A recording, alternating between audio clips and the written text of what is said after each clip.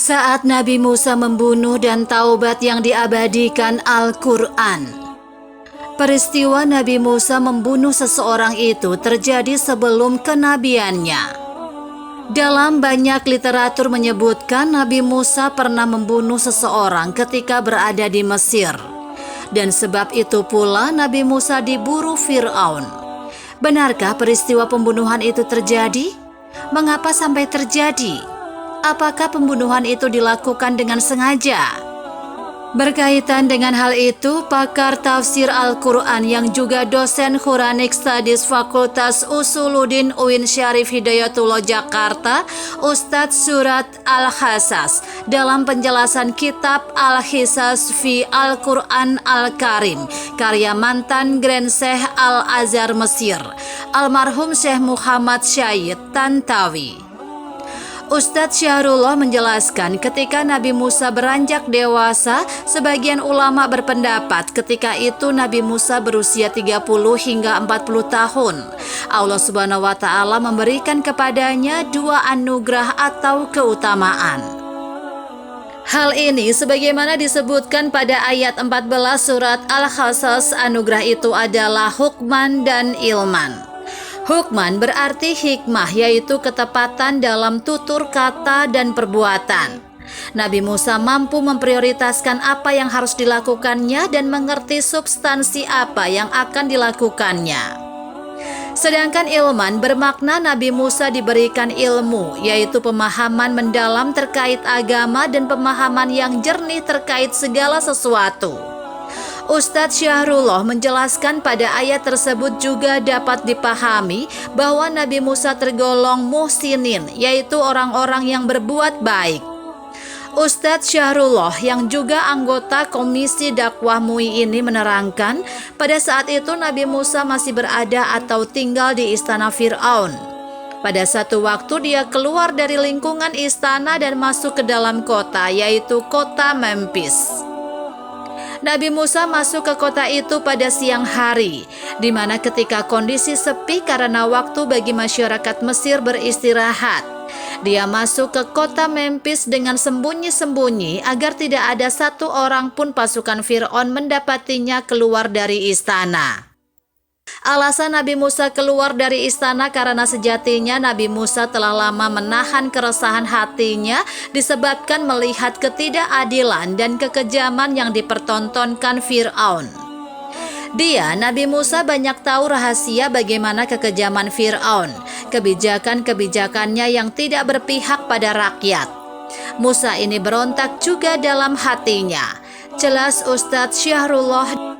Sebagaimana keterangan ayat 15 surat Al-Qasas, ketika memasuki kota Memphis, Nabi Musa mendapati dua orang lelaki yang sedang berkelahi, yaitu seorang dari golongan Bani Israel dan seorang lainnya adalah dari suku Qibti, yang juga sukunya Fir'aun, yang kerap memandang rendah orang-orang Bani Israel. Kala itu, lelaki dari Bani Israel tersebut meminta tolong kepada Nabi Musa yang sejatinya juga berasal dari Bani Israel. Lelaki itu meminta agar Nabi Musa mengalahkan orang Qibti itu. Nabi Musa pun membantunya, dia pun mendorongnya. Dalam keterangan kitab Al-Hisas fi Al-Quran Al-Karim, Ustadz Syahrullah menerangkan tangan Nabi Musa mendorong dada orang Qibti itu. Dorongan yang kuat tersebut membuat orang Qibti itu terjatuh dan mati seketika. Tak ada sedikit pun niat Nabi Musa membunuh. Dorongan yang dilakukan Nabi Musa semata untuk mencegah orang Qibti yang berbadan besar berbuat zolim kepada lelaki Bani Israel tersebut yang berbadan kecil. Kemudian tangannya itu didorong ke dadanya orang Mesir tadi, bukan meninju tapi mendorong.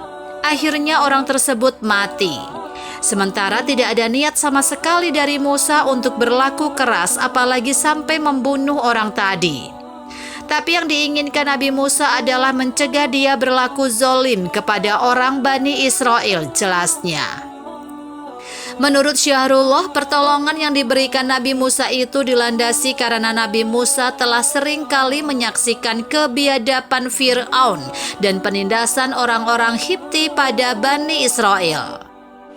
Ini menunjukkan juga bahwa Nabi Musa memilih kehormatan yang tinggi karena tergerak hatinya menolong orang yang terzolimi. Sebab sejatinya perkelahian antara dua lelaki itu tak sebanding. Secara fisik, lelaki Kipti itu lebih kuat dan lebih besar dibanding lelaki Bani Israel tersebut. Selain itu juga menunjukkan primordial kesukuan yang kuat, serta menggambarkan kuatnya tenaga Nabi Musa. Inilah nanti yang kisahnya bahwa Nabi Musa membunuh seseorang di antara bangsa Kipti, orangnya Fir'aun. Jadi betul memang Nabi Musa membunuhnya, tapi pembunuhan itu bukan karena kesengajaan. Tidak ada niat untuk membunuh, tapi sekedar mendorong. Karena badan Nabi Musa kekar, kuat, orang itu terjatuh tergeletak tidak bernyawa. Kata Ustadz Syahrullah yang menerangkan bahwa peristiwa itu terjadi sebelum Nabi Musa diangkat Allah Subhanahu wa Ta'ala sebagai Nabi dan Rasul. Melihat lelaki Kipti itu mati, Nabi Musa pun merasa menyesal. Hingga kemudian dia memanjatkan doa sebagaimana dapat ditemukan pada ayat 16 surat Al-Qasas. Berikut petikan doanya. Ya Tuhanku, sesungguhnya aku telah menganiaya diriku sendiri, karena itu ampunilah aku. Menurut Syahrullah, Nabi Musa sampai 3 kali memohon ampunan Allah Subhanahu wa Ta'ala, dan Allah Subhanahu wa Ta'ala pun mengampuni Nabi Musa. Dan diterangkan pada ayat 17, Nabi Musa berjanji tidak akan menjadi penolong orang-orang yang berdosa. Setelah peristiwa itu, di kota Memphis Nabi Musa merasa takut dan khawatir bila kejadian itu diketahui oleh orang-orang Fir'aun. Namun demikian, berita kematian orang Kipti itu dengan cepat menyebar hingga ke istana Fir'aun. Keesokan harinya, Nabi Musa kembali mendapati lelaki Bani Israel yang ditolongnya sedang berkelahi lagi dengan orang dari bangsa Fir'aun. Lelaki Bani Israel itu meminta tolong ke Nabi Musa untuk kedua kalinya. Namun orang Kipti dari golongan bangsa Fir'aun itu berkata kepada Musa, apakah Musa akan membunuh dirinya sebagaimana dilakukan pada orang Kipti sebelumnya?